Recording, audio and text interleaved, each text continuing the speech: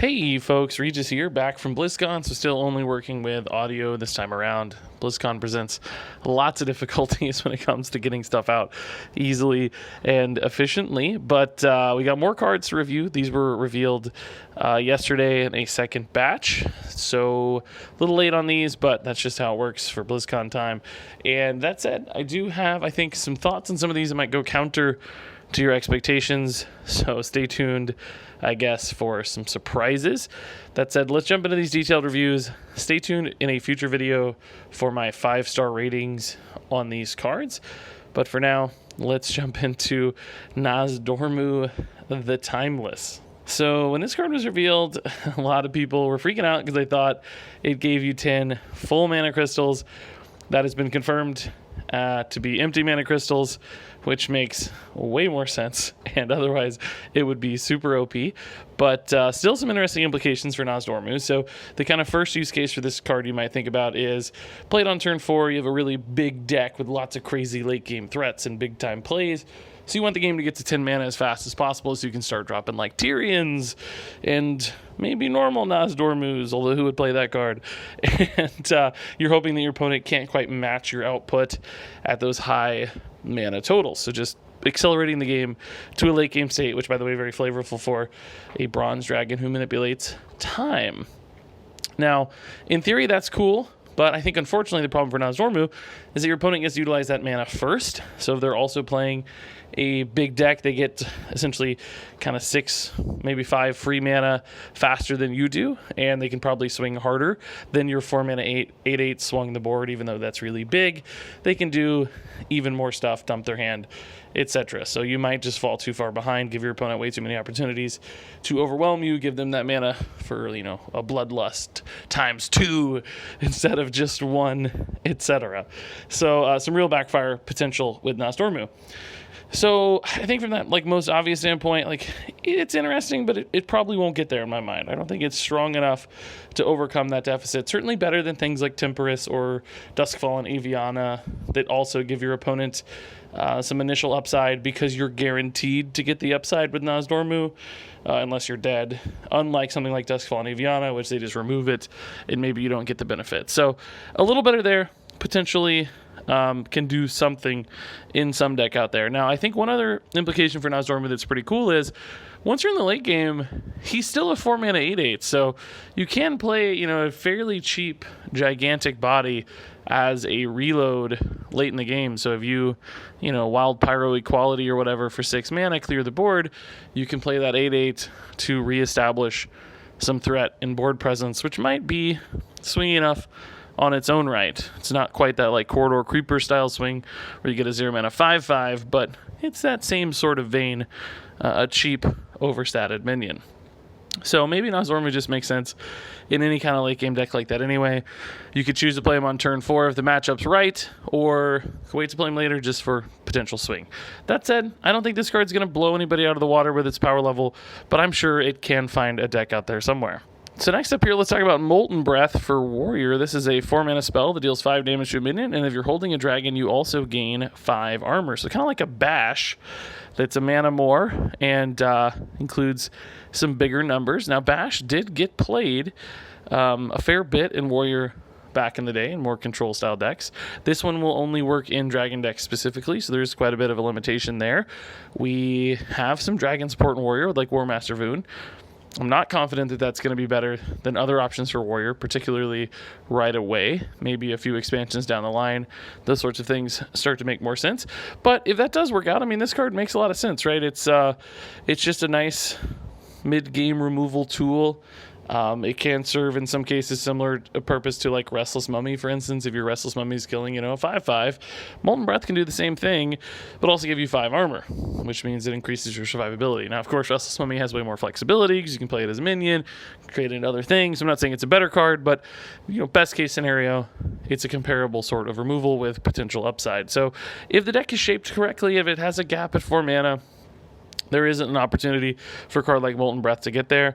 Next up here, we have Dragon's Horde for Rogue. It's a 1 mana spell that discovers a legendary minion from another class. So a guaranteed 1 mana thief activator much better than Pilfer, I would argue, because legendary minions on average are going to be better than just totally random cards, which can whiff. You can get stuff that's like Shield Slam that you can't use, whereas with Dragon's Horde, you're going to get something that's playable, and you get to choose it too, so you can pick something that fits your playstyle or moment in the game. So you can use it as a nice opener if you just need to get that Vendetta activated, or you can save it for later in the game and try to find the perfect minion to fit your needs, maybe some damage, big threat, some card draw, whatever it is. Now, admittedly, there are some pretty bad legendaries that don't really do anything, or their battle cries don't matter. Like, think about War Master Voon, a card we just talked about. It's just a 4/3, right? It's not exciting, because maybe you don't have any dragons in hand. And you could whiff and hit 3 of those where you just don't get anything powerful, just a normal vanilla statted minion. But I think that's fine, because there's still a lot of upside in hitting the big stuff. And you'll often be able to choose exactly the thing you need. And if it's not perfect, it's still probably pretty good while still fitting the game plan of your deck. So I think Thief Rogue is something that's still on the fringe of being a pretty solid game plan, and something like Dragon's Horde could fit in nicely. Now, I don't know if this card will have a lot of time with things like tests rotating out in 4 months, so it's maybe only got one expansion to make a lot of sense unless there's more support in the future. So that does perhaps limit the kind of time frame for this one, as far as we can see at least. So hopefully it gets there soon enough, but I think it's a reasonable option.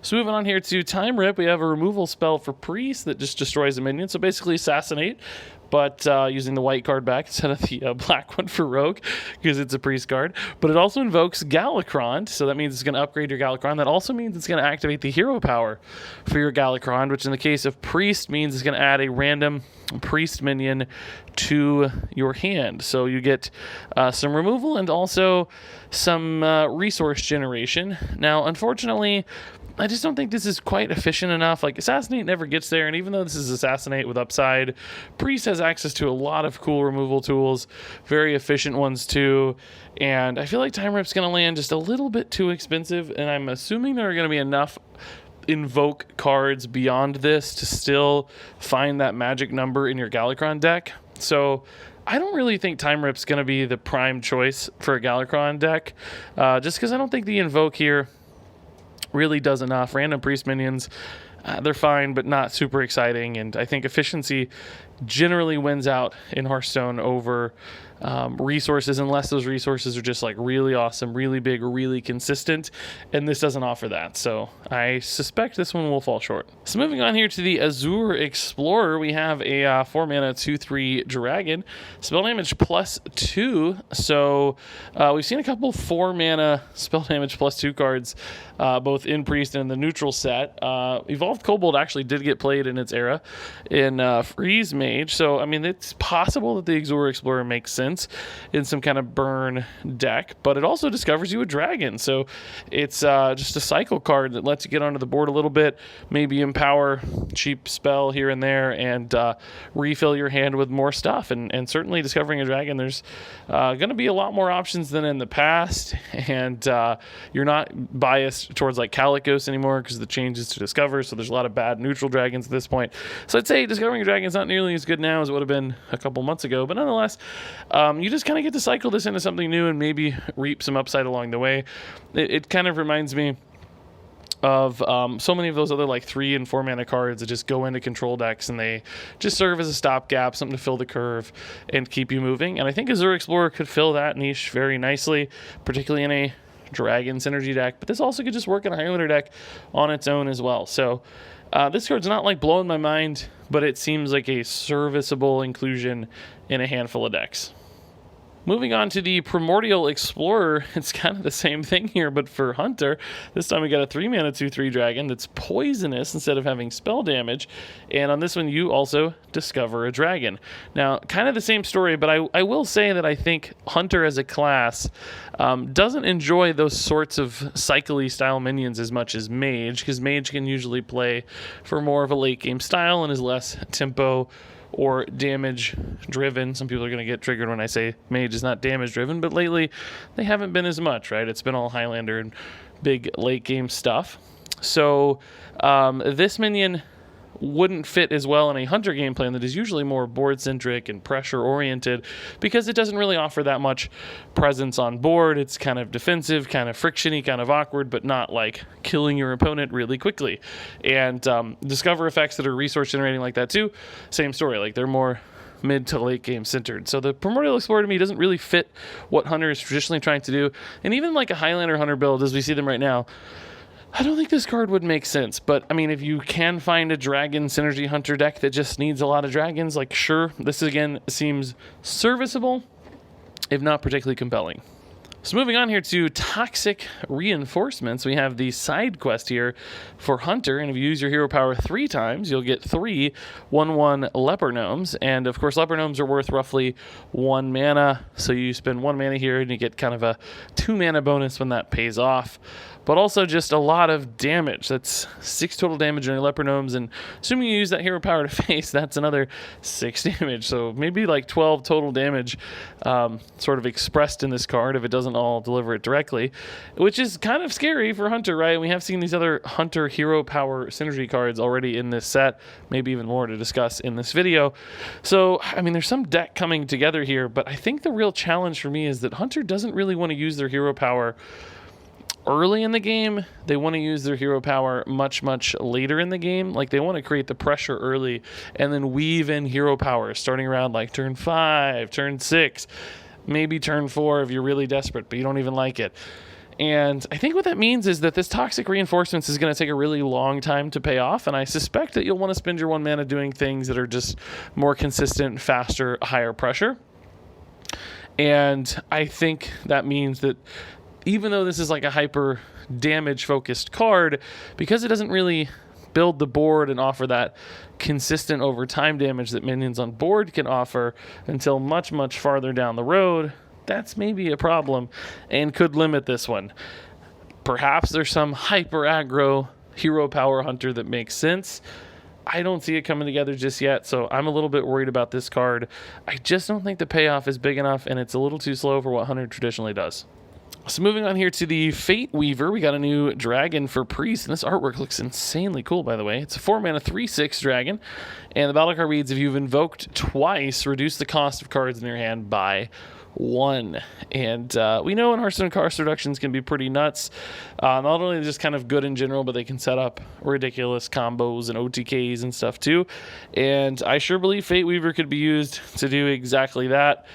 Save it till late in the game, use it to discount something, who knows what, like a Prophet Velen, and then combo with some kind of damage output, or who knows, right? We can't envision what that might be, but just that this card presents a lot of opportunity to do those sorts of things. And the fact that it's attached to pretty reasonable body as well, for 4 mana, it activates dragon synergies while it's in hand. Wouldn't have to do that necessarily.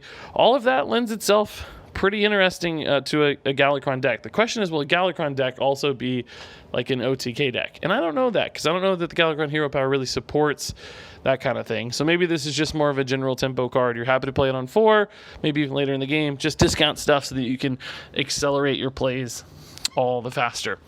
And what that means is this has a couple ways to be played. It makes a lot of sense from a baseline standpoint. So this looks like a really solid card, and its really only check is whether Galakrond makes sense in Priest, which is hard to envision, but I certainly think it could. So I like Fate Weaver.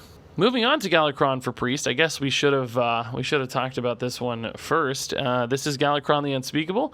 At a base level, it's going to destroy 1 random enemy minion, and then it's going to upgrade to destroy 2, and then upgrade again to destroy 4. That's the pattern these are all going to follow.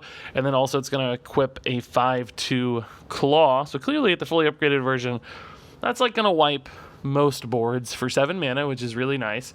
And also you're going to get some pressure out of that Claw. If you need to clean up the remaining minion or just do some damage, you're good to go. The hero power for this Galakrond is that it will add a random Priestman into your hand. I think that's a fairly weak hero power in the scheme of things. It's, it's infinite resources, which are great. So we've seen that with like Dr. Boom in the past, but not being able to discover it means you're going to get a lot of weak stuff. There's just some random low synergy things in Priest that you're not looking to get. So it's going to be good every third or fourth turn. Kind of reminds me of the mage quest right now. When you get a random mage spell, there's just a lot of bad spells. So even though this is infinite resources, I'm not going to fall into the same trap I fell into for priest. So I get really excited about that because I just don't think they're good enough consistently. Now, you're going to have a lot of random minions if you're invoking stuff all the time. So your deck's going to have a pile of resources, but are they going to be good resources? Synergistic resources? Probably not. That said, Galakrond might just offer such a good turn 7 play or a 7 mana play at that. And if you need to shift into a late game plan, this offers that ability, and Priest is pretty good at going late. So I think this Galakrond is still quite good, just maybe not, meta defining, maybe not the staple for Priest necessarily, so much as just an option moving forward that a lot of decks include a small invoke package. So next up here we have Corrosive Breath, the breath for Hunter. It's a 2-mana spell. Deal 3 damage to a minion. If you're holding a dragon, it also hits the enemy hero. This is really, really awesome. We've seen so many 2-mana deal 3 work really nicely. Just a solid little tempo play. It always feels pretty efficient to kill. There's some three drops basically often have 3 health in Hearthstone. That always feels nice. And then the fact that you also get some damage output out of this is perfect for Hunter. They love damage output. The question is, will a dragon deck in Hunter work? And will a dragon Hunter support that style of play where face damage matters a lot? I'm not seeing that come together quite as cleanly. Now, that said, there might still be decks that run this even if they don't have dragons, to be honest, just because it offers, cheap spell that's a decent little clear on something. It can't go face by default, so it doesn't have a lot of flexibility, but nonetheless, it's somewhat playable at a base level. And maybe just 3 or 4 dragons in your deck could make this the occasional upside that really gets it over the hump. So I think it's a solid looking card. It's not blowing my mind, but it certainly looks playable. So next up here we have Candle Breath for Rogue, and 6-mana spell. This one draws 3 cards, and it costs 3 less while you're holding a dragon. So at 6 mana, this is really not a very good card, right? It's pretty inefficient. It's a little cheaper than Sprint, but draws you a whole card less, and nobody really wants to spend 7 mana on Sprint anyway. If you do discount it, suddenly you've got 3 for 3, which is much, much better when it comes to card draw efficiency, putting it over things like Arcane Intellect, kind of the staple vanilla card draw spell. So that looks really solid, and Rogue definitely likes drawing cards, and there is a world where Myra's Unstable Element's going to rotate out while Candle Breath is still in standard format, so maybe this could serve as a nice big reload opportunity as opposed to Raiding Party or Myra's. So yeah, it makes sense, but the real downside here is I think you have to have a dragon, and I'm not sure a dragon rogue build is ever going to make a lot of sense. I think some classes are just inherently more suited to dragons, which tend to be more expensive and more late game. I don't really think Rogue is like that. Rogue typically likes to play a much more tempo game plan, and thus far we just haven't seen a lot of tempo-y dragons. Now, there might be some added in this set. We can't say for sure, but historically speaking, dragons on average cost more. They do slower, more late game things. Even the Rogue Dragon is still 5 mana, and it's kind of a delayed long-term game plan, which just doesn't suit Rogue all that well. So for me, Candle Breath, the upside here doesn't weigh the restrictions. It doesn't weigh the kind of counter it takes to Rogue's game plan, and therefore I don't really think this card's going to work all that well. Next up here, Sand Breath. This is the Paladin Breath. 1 mana, gives a minion +1/+2, and it gives it Divine Shield if you're holding a dragon. So, this is certainly a very powerful on-board early card. Like, when it hits, you're really happy because you've got a nice, sturdy minion that's going to take good trades or be hard to remove. The question for these really cheap cycle-style buffs where you're just, burning through your hand super fast, I guess not cycle, that's not the right word, but where you're just burning through these cards really quickly, your deck just runs out of gas so fast. And without Divine Favor these days to reload that, it's really hard to make these cards work nicely. And sure, there's Prince Liam options out there, but that's not really good to rely on. The Secret package currently works because of things like Mysterious Challenger, but without Challenger, even Secrets don't really work all that well either. So I just think this one's going to have that same issue where it just burns through your deck too fast, and it doesn't really offer enough to get you over the hump. It doesn't feel broken enough that you're going to just win games off the back of it, which means it's probably not going to be worth putting in your deck at all. You're going to want something that's just more reliable, a little bigger, offers more oomph for the card slot. So unfortunately, Sand Breath just doesn't look solid to me outside of something like Arena. So moving on to the Rogue Dragon we talked about. I should have covered this one first. My bad. This is Waxadread. It's a 5-mana 7/5 dragon for Rogue, and the Death Rattle shuffles a candle into your deck that resummons Waxadread when it's drawn. So theoretically here, right, you have this infinite resource where you're just continually going to be resummoning 7/5s over and over again. Every time it dies, it's going to get drawn, and it's going to get resummoned, which in theory, like, oh, infinite stuff, I love it. That's really cool. In practice, I think this card's going to face a lot of problems. Even if you do kind of go shenanigan route and manipulate this to get multiple Waxadreads in your deck with Augmented Elix or whatever, I still think it's just not going to pay off fast enough. And when it hits the board, although 7/5 is kind of a high pressure minion in a lot of ways, because if your opponent leaves it, they're going to take some big hits. I just don't think it hits consistently enough for that to matter. Not to mention, you're often going to be drawing it on your turn, which means it's not going to be able to attack immediately. So it's going to take another turn. So your opponent kind of always has the decision here, like how to deal with a Waxadread. Even if you like totally empty your deck and you shuffled a bunch of these in, it'd still be kind of hard to use them, just because your opponent's always going to have initiative on when your Waxadread's attacking, unless you somehow draw it during your opponent's turn, which is super duper unlikely to do. So all in all here, I just don't think this card pays off fast enough or big enough. I love it in theory. It's a really cool idea. I hope it works. I hope there's a deck out there that can make sense of this. But for me, I just don't see it. I think Waxadread's going to fall pretty far short. So now let's move on to Deathwing Mad Aspect.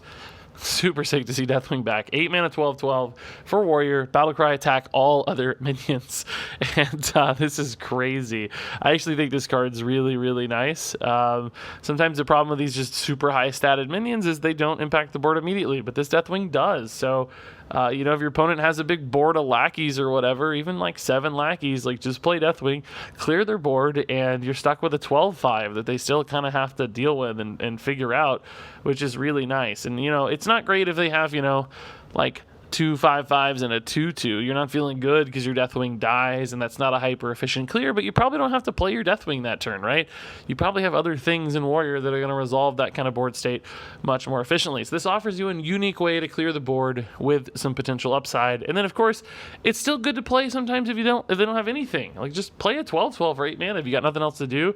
That sometimes can be a great way to occupy the board. So it's not like it's totally dead or useless when its Battlecry isn't being fulfilled. Unlike normal removal like Brawl or something, it's just kind of sitting there, it's not doing anything, you can still get use out of your Deathwing, which I think that backup plan for this card gives it a little bit of extra flexibility and utility, because sometimes counter pressure is really important.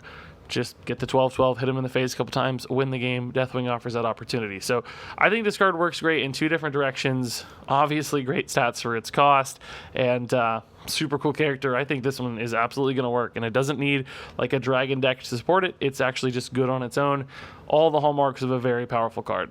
So next up here, let's take a look at Galakrond the Wretched for Warlock. This is the Warlock Galakrond.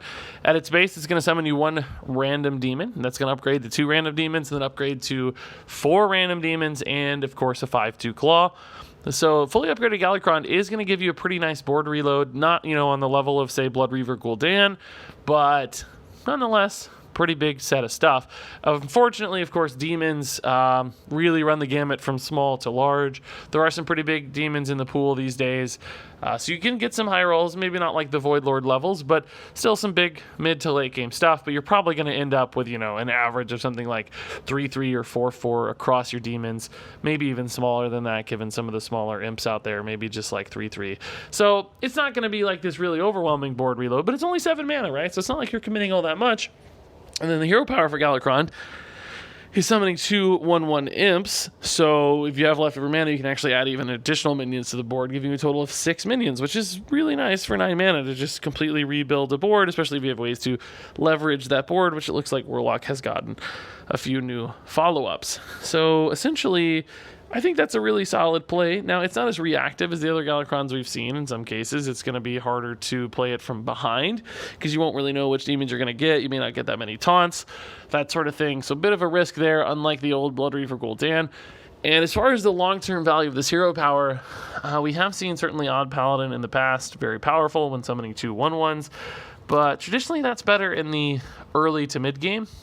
We very occasionally saw like some Justicar Trueheart control paladins long ago, where they would just overwhelm their opponent with infinite 1/1s, but really not the desired outcome for that sort of hero power. So unfortunately, I think that hero power is much better early in the game than a turn 7 Galakrond or later would provide, and may really limit the utility of this card. So this Galakrond right now to me is looking like an average one compared to some of the other ones. I don't think this is going to rock the meta necessarily. I'm sure a deck will pop up, but it seems like it has some limitations and some randomness, some inconsistencies, and really maybe not the late game punch that a card like this needs to succeed. So now let's talk about the Dragon Blight Cultist, a Galakrond Invoke card for Warlock. It's a 3-mana 1/1, and the battle cry will invoke Galakrond, which means it'll summon 2 1/1 imps, and then it'll gain +1 attack for each other friendly minion. Now, I'll be honest, I don't know how this is going to resolve. I'm going to assume the best case scenario here, that this will resolve as a 3/1 with the additional imps that it summons, even if you don't have other stuff on board, which does, compare this to like micro tech controller style play, right? Even technically a little bit better, particularly with demon synergies. And yeah, I mean, a zoo deck could utilize that well, so maybe you can see the shaping up of a high-pressure Demon Zoo with a Galakrond follow-up. That makes sense for this sort of card. Again, it's not like blowing my mind. It's not going to be something that you're super excited to do in the late game. It's not a game-winning play, but it's a serviceable inclusion. So on that note here, for Fiendish Rites, I'm going to make the same assumption here that this order is favorable, and this is going to summon you 2 1/1 imps, and then give all your minions +1 attack. So a little bit of a follow-up here, kind of in a Savage Roar style. Worst case scenario, you maybe get 2 2/1 imps. I mean, real worst case scenario, you get 2 1/1 imps, depending on the order. But again, assuming best case scenario here.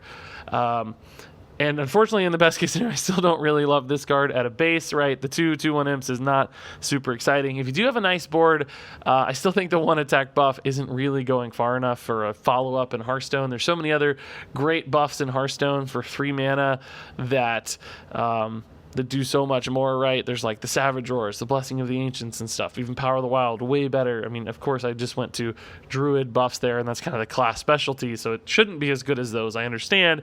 But from a power level standpoint, I'm just saying it's not as good as those, which is probably an issue. Now, of course, we do need to add some value here to the Invoke itself, like the upgrading of Galakrond is important, but unfortunately, as I said, I don't know that this Galakrond's blowing my mind. I can see a deck coming together, but I don't really see it being a hyper powerful deck. So all in all, this is another one that just looks a little light to me in power, and I don't expect this card to blow anybody's mind.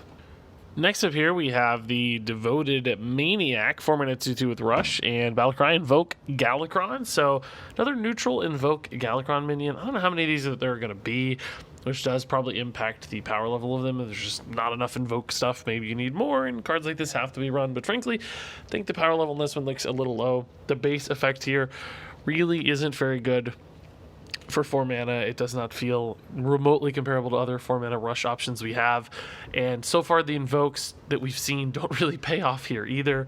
4-mana 2/2 rush that adds a random priest minion into your hand. Like, okay, that's maybe like a fine cycle style card that puts you onto the board, but maybe not a lot of upside. Random stuff's not as good as Discovers, like some of the other 4-mana cards we've seen do that, like Azure Explorer. We look at Rogue, getting a Lackey. Definitely doesn't seem like enough payoff, even with Warlock summoning a couple 1/1s. Still not as good as perhaps other 4-drops that do similar sorts of wide board strategies. So all in all, right now, this one looks very, very weak to me. I don't see a deck utilizing this successfully, just because no matter what the Invoke does, really, the base here is just not strong enough to overcome that. So finally, last card here, we have Malygos, the Aspect of Magic here. New legendary for Mage. Mally's coming back. He's a 5-mana 2/8. And his battle card reads, you're holding a dragon, discover an upgraded mage spell. And there are 9 upgraded mage spells. I'm not going to put them all on the video here, because frankly, I just don't have time to get all those graphics going. But basically, they are either cost reduced or power level increased versions of basic and maybe just basic mage spells, maybe some classic ones as well, but things like Fireball, for instance, dealing 8 damage, Flame Strike dealing 8 damage, Arcane Missiles dealing 6 damage, Frost Nova going down to 1 mana. These are the sorts of things we're looking at. So basically all of the kind of staple mage spells, but much, much better versions of them. And in fact, some even that are 0 mana, so you can play them immediately. And because you do get to discover one, you get to pick what you need, and that's probably really good. You're going to be adding a really solid card to your hand in almost every scenario. Plus, because of the way they line up right now, there are like a couple single target removal options, a couple damage options, couple more like wide board response options, which means more often than not, you're going to get exactly what you need. Like if you play Malygos and you need wide board, well, then you can get it, right? Now, maybe you can't play the Flame Strike immediately, but just based on the matchup, you kind of know what's necessary. And I think that's going to make this a really consistent option. Now, of course, you do have to have this in a dragon deck, or at least have a handful of dragons to proc this thing, which limits its scope a little bit, but I don't think that's going to be an issue for Mage. It feels like a more value-driven Mage, a grindier Mage. Makes sense, and Malygos seems to have the power level to fit into that style of deck really nicely. So there you go, folks. That's it for this this review. Stay tuned for the star ratings on these cards in a future video when I get back home from BlizzCon. Until then, thanks so much for watching, and until next time, game on.